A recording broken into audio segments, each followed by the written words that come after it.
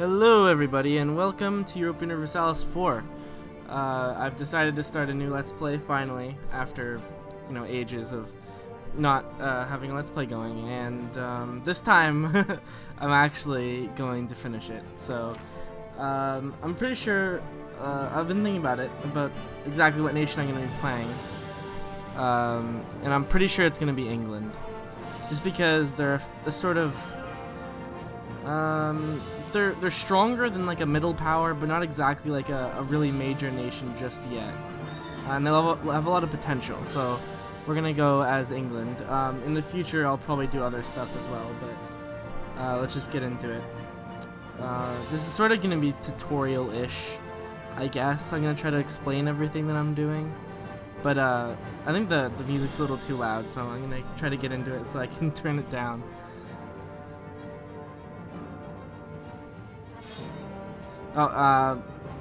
And we are going to be going into Ironman mode. Because why not? England. LP.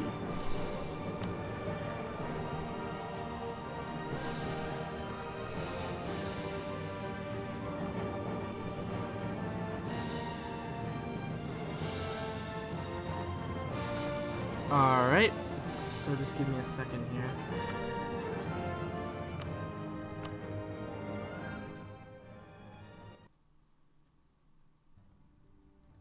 Alright, there we go. That should be a little bit better. Now, like I said, I'm going to try to be explaining everything here for people that aren't as familiar with Europa Universalis as I am. Basically, this is an empire building game. There's basically every sort of angle of running a nation involved. There's military, there's economy, and in the economy there's things like trade and taxing, and there's diplomacy. Like every single aspect of running a nation is in this game. And you start in 1444, well, the end of 1444 in November, and the game ends I believe January 1st of 1821. So essentially 1445 to the end of 1820 is basically the length of the game. And the purpose is to take any nation, because you can play as any nation in the world. This is just what we haven't discovered yet. Any nation in the world, and lead them through this time period and try to accomplish as much as you can. England has an interesting start because they hold territory in France, and this is during a period where the 100 Years' War was, if I recall correctly, coming to its end. This is toward the end of the 100 Years' War. I could be wrong, but in the end, historically speaking, France technically won the 100 Years' War, but that's only because again, it was conflicts that were lasting 100 years. Some of the conflicts England won, some of them France won, but in the end, France did end up controlling the territory in the continent, and England lost its territory. But at this point in time, England still owned the provinces of Normandy and Gascogne and Aquitaine. So we still own French territory. And if we look over here, France has what is called a corps. So if we look at the diplomacy screen here and then click on France, we can see all of France's diplomatic relations with provinces. So here we see that all of our territory owned on the continent, it has these green stripes through it. And basically what that means is that France has a corps on this province, and a corps is like, to them, it is a rightful territory of theirs. And so they can declare war for this territory if they wanted to. Now, this is a recent patch. Well, actually, I don't think it's recent anymore, but a patch in the game. Early when the game first came out, England and France started at war. They started the game at war. And England would, like 99.9% of the time, lose that war. Every single time would lose the 100 Years' War, essentially. and they'd immediately lose their territory in France, basically as soon as the game started. But a patch for one of the expansions had come out, and it made it so England did not start at war with France. And this sort of shifted the balance a lot, because it allowed England to actually get allies and really have a chance fighting against France, which is interesting. Speaking of that, since France is going to be our primary enemy, excluding Scotland, England is going to be our primary enemy, or France is going to be our primary enemy. So we're going to want to try to get alliances with both Austria and Castile, who are the other two major nations in Western/Central Europe. Castile primarily because we're already allied. Yeah, we're already allied with Portugal. So getting an alliance with Castile only makes sense. So let's go ahead and grab an alliance with them. And there we go. Now, all diplomatic actions will use up one of your diplomats. You have, where is it here? It says I have 3 diplomats, and I only have 2 of them available because it'll cost 1 to use a diplomatic action. And then they have to travel all the way to that nation and then back home. And when they get back home, you'll be able to send them out to do other stuff again. It's the same with colonists, merchants, and missionaries. They all work the same way. When they're performing an action, they will be unable to be used for anything else. And then when they're done that action, they will return home. Merchants being different because merchants sit in trade nodes, but that's something I'm going to get into a little later. Now, like I said, we just sent the alliance offer. I haven't unpaused the game yet. We sent an alliance offer to Castile. The green check mark signifies they will probably accept. And it is the same here for Austria. Now it says you must wait a day until you can send another alliance offer because you can't... that didn't used to be the case, but I guess it is now. Here we go. Castile did accept our alliance offer. And we will now send one to Austria. And yeah, that didn't used to be a thing where you'd be able to send as many alliance offers as you have diplomats in one day, but I guess they changed that so you couldn't. There's just some weird shit with alliances that people could exploit, I guess, and that's why they changed that. So now that we've sort of done that, we're gonna look at our military here. So we have a starting army of 25,000 units, which is, it's pretty good for a starting nation. We have 25,000 troops, so that's 25 units in total. We have 18 infantry, as you see here, and 7 units of cavalry. Now, all in all, there are 3 different unit types. There's infantry, cavalry, and artillery, but we haven't unlocked artillery yet because it hasn't really been invented yet. So we have to wait to unlock that technology. And here we have ships. We have 6 heavy ships. Where is that? 6 heavy ships, 17 transport ships, which we will definitely need to fight France, and 9 trade ships. Now, I'm going to go ahead and explain trade a little bit here. So if we go into the trade map mode, we can see all of the different trade nodes colored and with their name listed here. And our primary trade node, which is where your trade capital is, you can move that later on, but our trade capital starts in the English Channel. And so basically, if it's your trade capital, so your primary trade node, you will always be collecting money from it. You don't have to have a merchant collecting money from that trade node. And what you can do is, if you see these little arrows here, you can send merchants to these trade nodes in other places and send essentially wealth to your primary trade node to make your primary trade node more profitable.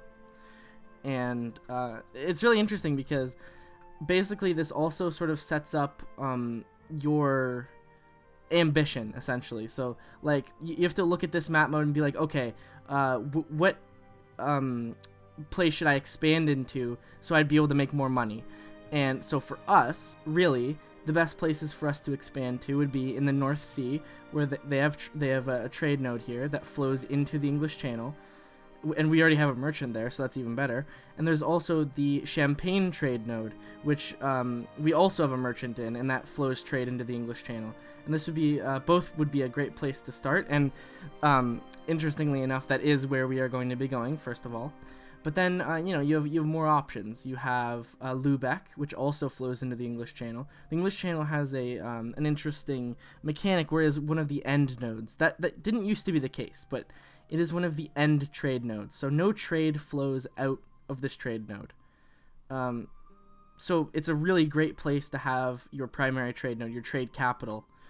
And there are only a couple others. There's Venice, Genoa, and the English Channel, and I think that's it.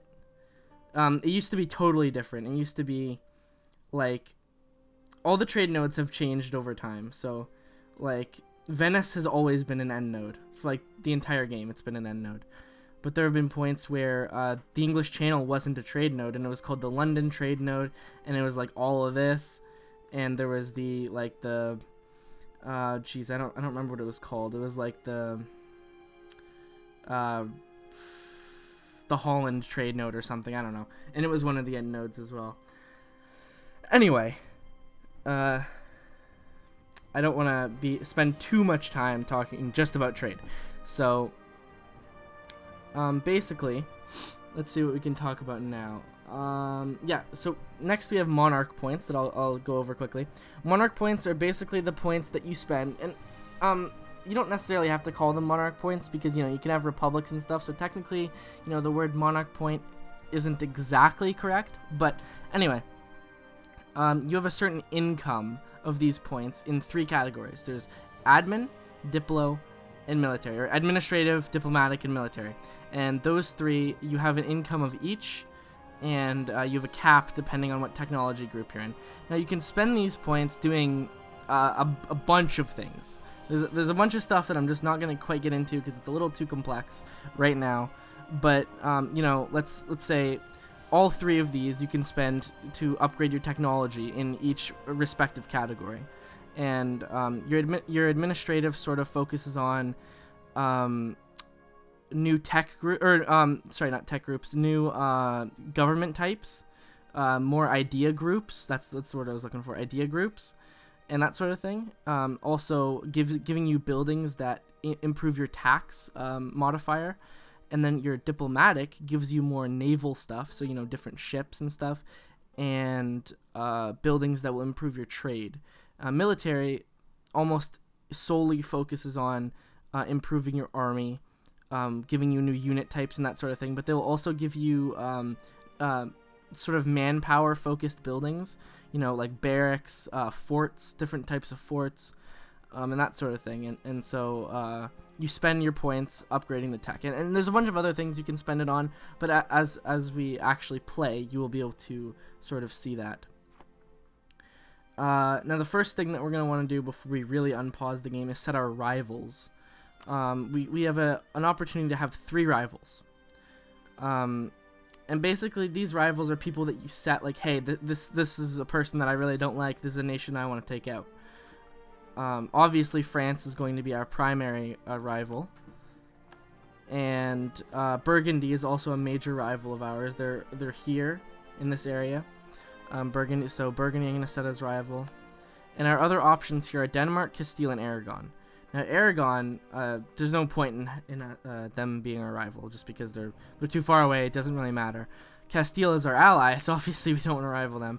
And Denmark is actually a fairly decent ally, or not ally, sorry, rival. So just for now, I will set them as our rival. We might change that later, and in fact we probably will.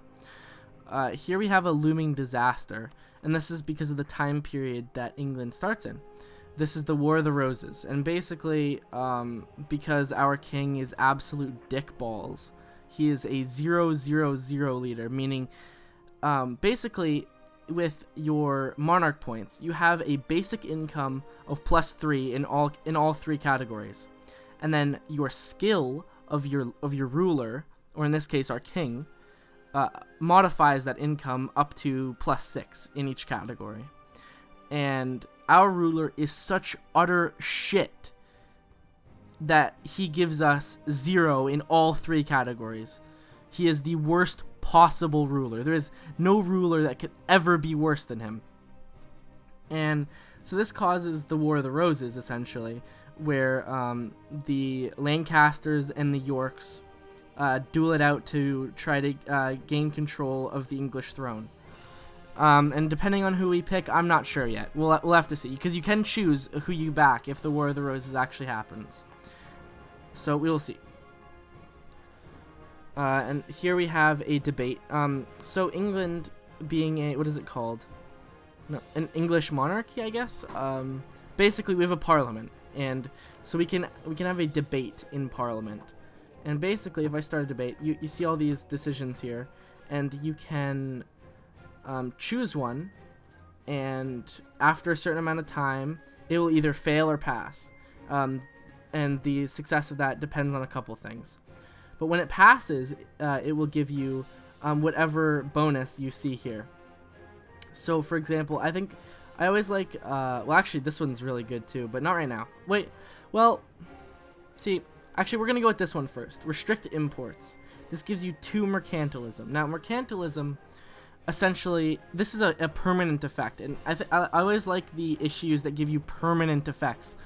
And basically, what mercantilism does is it affects your, through trade efficiency, it will affect your trade income. So basically, it just improves your trade income. And the thing is about mercantilism is it is a empire-wide effect that is permanent.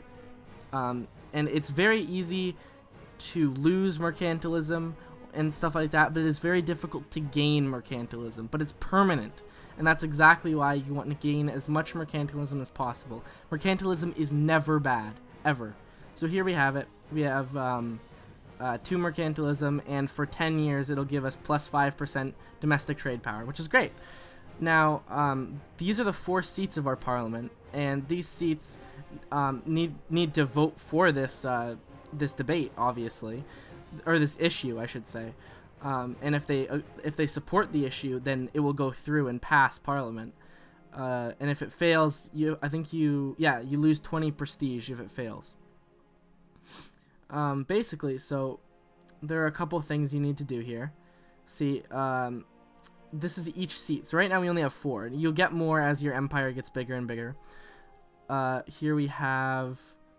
So London, its seat wants military support. So if we give it the support it wants, we will lose 24 military power, which is fine. 24 military power is really not that bad. So we're going to go ahead and allow that. Administrative support, 24 admin power. Again, really not that bad. So we're going to go ahead and allow that. Now, allow use of crown lands will lose us legitimacy. And legitimacy is not something, because of how shaky our monarchy is right now, legitimacy is not something we can afford. Taking sides in Parliament will lose us 10 prestige, which is fine. I don't care. Like, prestige, we have 11 right now. As long as it's positive, it's not the end of the world. So we'll go ahead and allow that one. And that gives us a guaranteed 100% chance to pass this through, which is exactly what we want. So there we go. And, okay, so what we're going to do now is, let's look at our missions. So... here we have the 3 missions that are assigned to us, and basically we can choose one and carry it out, and if we accomplish what it wants of us, we will gain something. So here's our mission to reclaim Armagnac, and that's a province in France.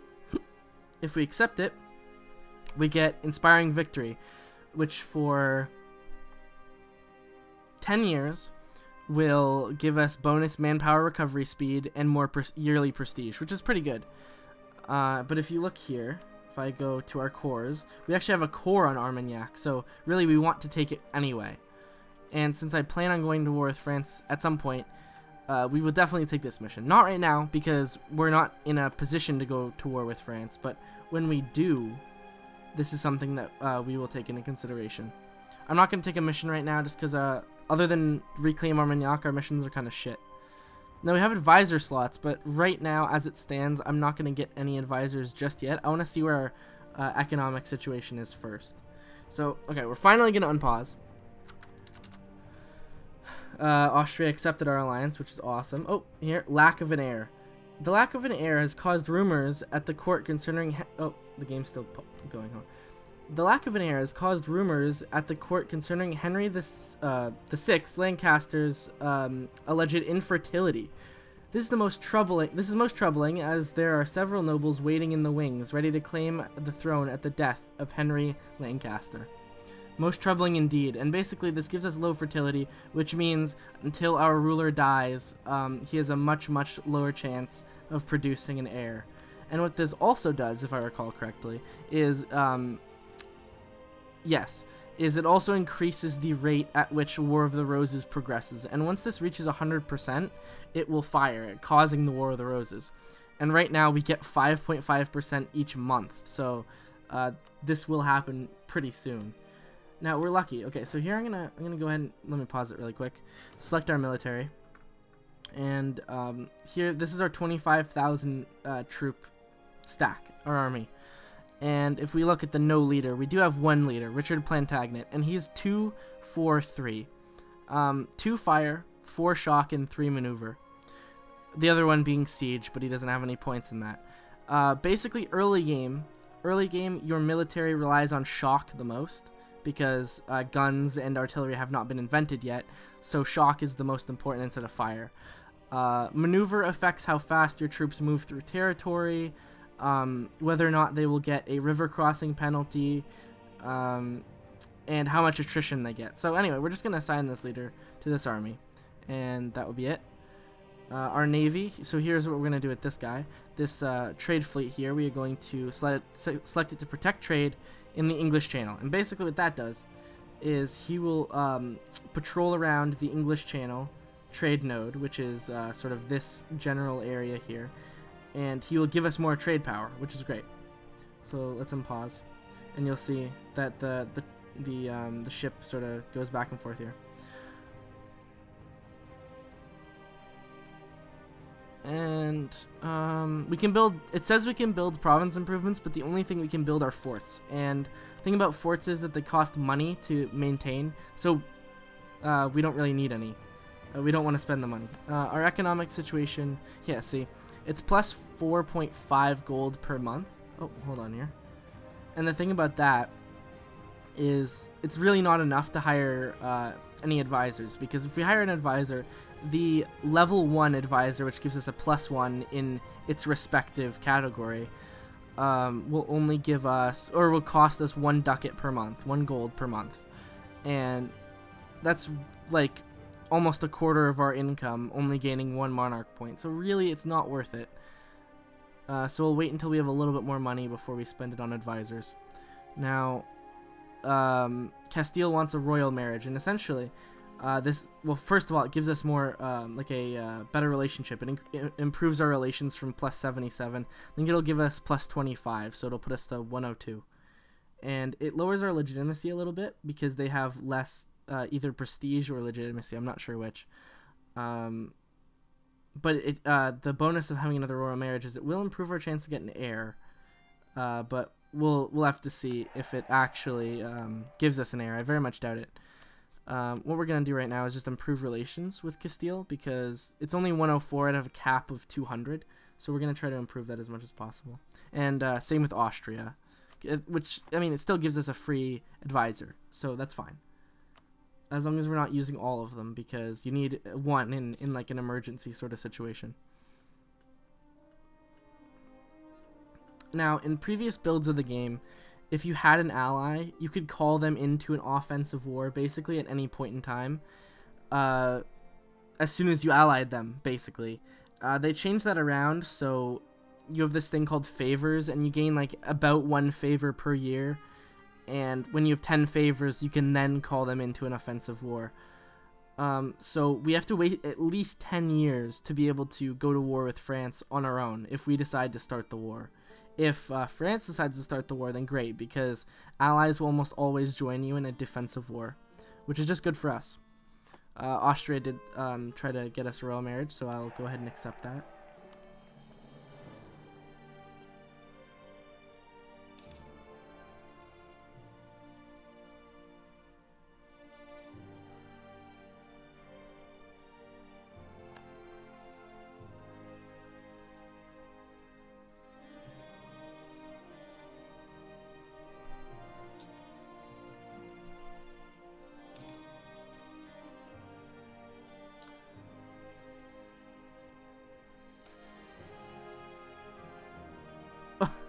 Okay, this is funny. A silent spring. She giggles. Your Majesty, she says. You look at her. Her beauty's unmatched in your realm, and even in realms beyond yours. You say nothing. Spring is in the air, and as you lean in toward her, with the intoxicating scent of her perfume painfully present, a thought crosses your mind.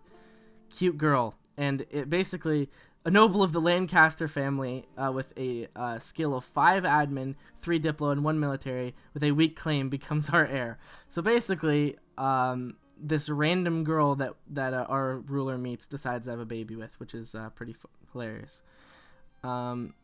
Now we get a weak claim heir, which is pretty shit. And I get to name him. Oh, hold on, let me pause the game. Oh, that's not pausing it. Burgundy gets a claim on us, whatever. So here we can name him Henry, after our ruler, I guess. Now he's a shitty heir. He is not good at all. And we are still increasing the War of the Roses at 5.5 per month. So chances are he will not be our heir forever.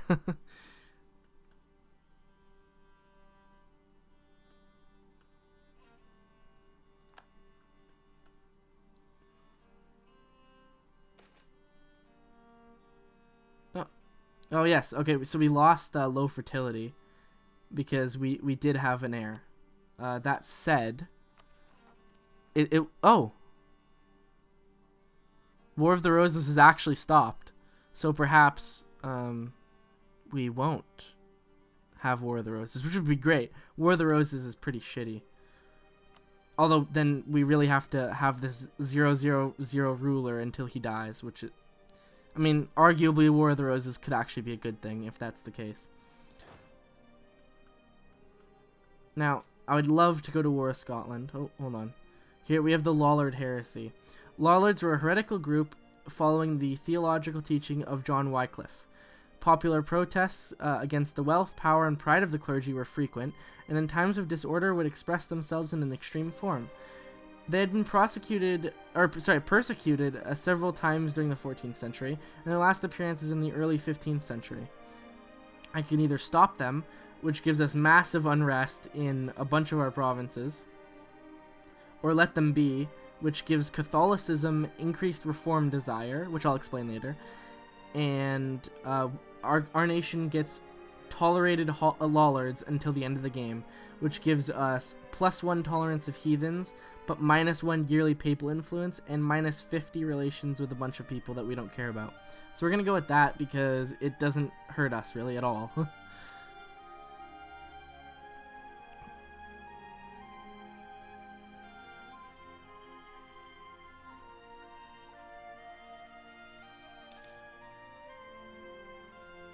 Oh, Sweden has declared independence from Denmark. So they're going to be in a war of independence. And who's on their side? Lithuania and Novgorod, really? Is that it? Let's see. Yep, at war with Sweden, Lithuania, and Novgorod. And Sweden is at war with Muscovy, Pskov, Yaroslav, Perm, Denmark, Holstein, Norway, Verden, and Bremen. So that's pretty terrible. Lancashire changes stance in the debate. What a bunch of shitheads. So basically, the MPs of Lancashire have decided that they don't agree with the issue that we're putting forward. So now they oppose our issue. So what we have to do is go into the parliament here. Oh shit, I can't even ask them to change. So you know what? I'm going to take the loss. No, it's still 100% chance to win. Okay, that's fine. I don't care that they changed their mind then. So, what I'm actually going to do, I do have this free diplomat, so usually I like to keep a free diplomat just in case of any kind of emergency, but I don't really see any emergency coming anytime soon. So, what I'm going to do is how about Leinster? Yeah, wait. Who is the best economy in Ireland is what I'm going to check out here. 10, 10, 5, and 10. So let's just go with Leinster because why not? Basically, what we're going to do is we're going to fabricate a claim on their only province of Leinster. And if discovered while fabricating this claim, we get some aggressive expansion, and I'll explain that a little bit later. But if the claim is finished fabricating, which happens regardless of being caught or not, we will get a casus belli, or a reason to declare war on them. So we'll be able to take them over. And what I intend to do is I intend to make them my vassal, or like client state, and sort of gift them the rest of Ireland so they can core that stuff for me. I'll explain all that stuff later as well. But anyway, we've sort of hit the 30-minute mark, so I'm going to make a cut in here. I would like to thank you guys for watching, and if you enjoyed the video, please like, comment, and subscribe to my channel. See you next time.